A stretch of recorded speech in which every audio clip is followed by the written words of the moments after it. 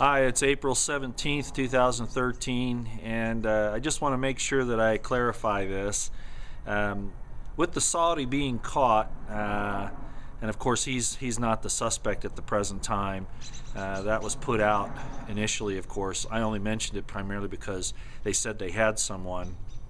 If you look at what I've been saying here, I really believe and have the evidence to suggest that they're going to pin this on, as I've said, a right-wing type of person in Boston is what I'm talking about, with either training ties, reference ties, or supposed ties to Al-Qaeda, one way or the other, whether they got it from information on the internet or if they have a contact supposedly or whatever.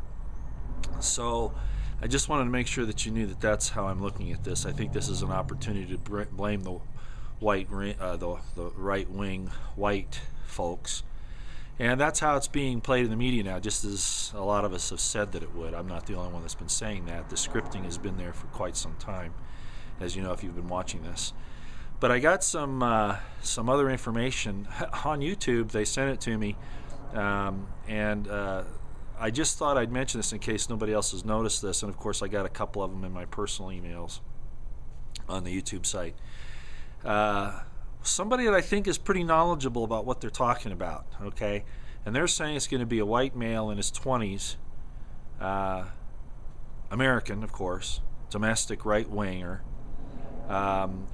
with ties to Al-Qaeda. In other words, he's either received Al-Qaeda materials or supposedly has an Al-Qaeda contact. It's going to be something like that. I wouldn't be surprised a bit if it plays out that way, because that's how the scripting has been.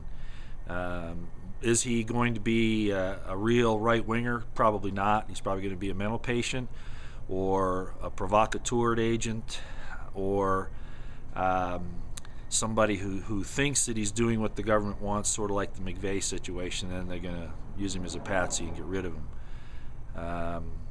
It's going to go some way like that. So I just thought I'd bring that up real quick.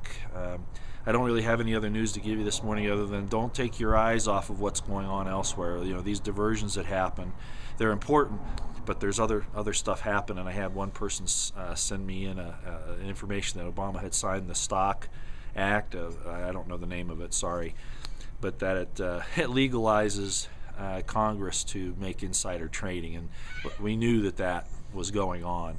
Congress exempts themselves from the law. The government workers do, which is under the Constitution a title of nobility in another sense. It's illegal. They can't make themselves exempt from the laws that they put the rest of us under.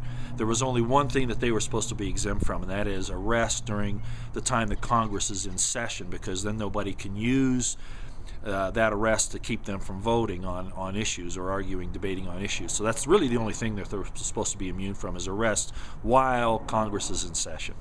Boy, I sure get diverging, don't I?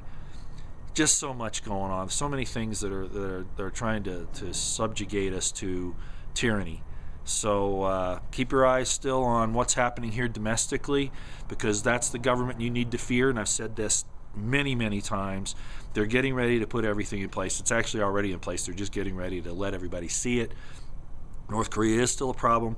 Iran is still a problem. Not that the countries are a problem, but the manipulations that are going on. China's getting upset about us, the U.S. surrounding them, getting into the Asian Pacific Rim area. There probably will be a launch. Obama came out again and said that, they don't have nukes. Of course, that's diametrically opposed to what the Pentagon's saying. So a lot of internal strife going on here, like I said before. But I think North Korea will end up firing a missile or two eventually here in the next little while. If for no other reason, they want to see our defensive systems. Remember the firing of the ballistic missile off of the LA coast in 2010 I mentioned in one of my videos. Now I want to say one other thing, okay?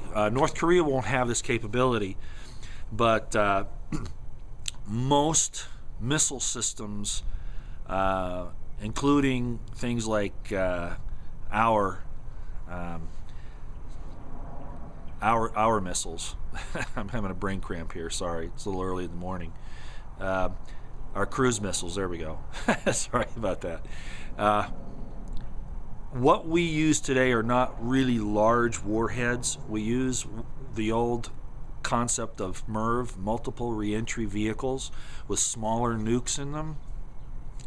So I don't think that we're going to be seeing much of this 100 megaton type of stuff. It's going to be, you know, in the 10 to 20 kiloton area primarily, unless they're trying to hit a really hard target like NORAD, something like that.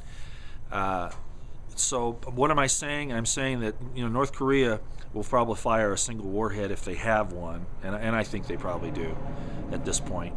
I believe the Pentagon over the White House any day. Not that I like the Pentagon, okay? They've got problems too, but anyway, I was there, so I kind of know how things work. But if anything else happens, you're going to be dealing with MIRVs, and the thing about that is that, you know, our anti-ballistic missile systems really can't defend against that. There's another system in place that will, and that might be why they have North Korea launch this thing, just to see what we do with it. So anyway, too long. I didn't mean to make it this long. Bottom line is they're going to blame, like we've been saying all along, right-wing conservatives on this deal in Boston with ties to Al-Qaeda. That's just the playbook. It just looks like that's what it's going to be like. It's not going to be true. It's going to be staged. It's going to be provocateur. It's, you know, our intelligence services are behind it, but I think that's how it's going to go. All right. All right. I'll talk to you later.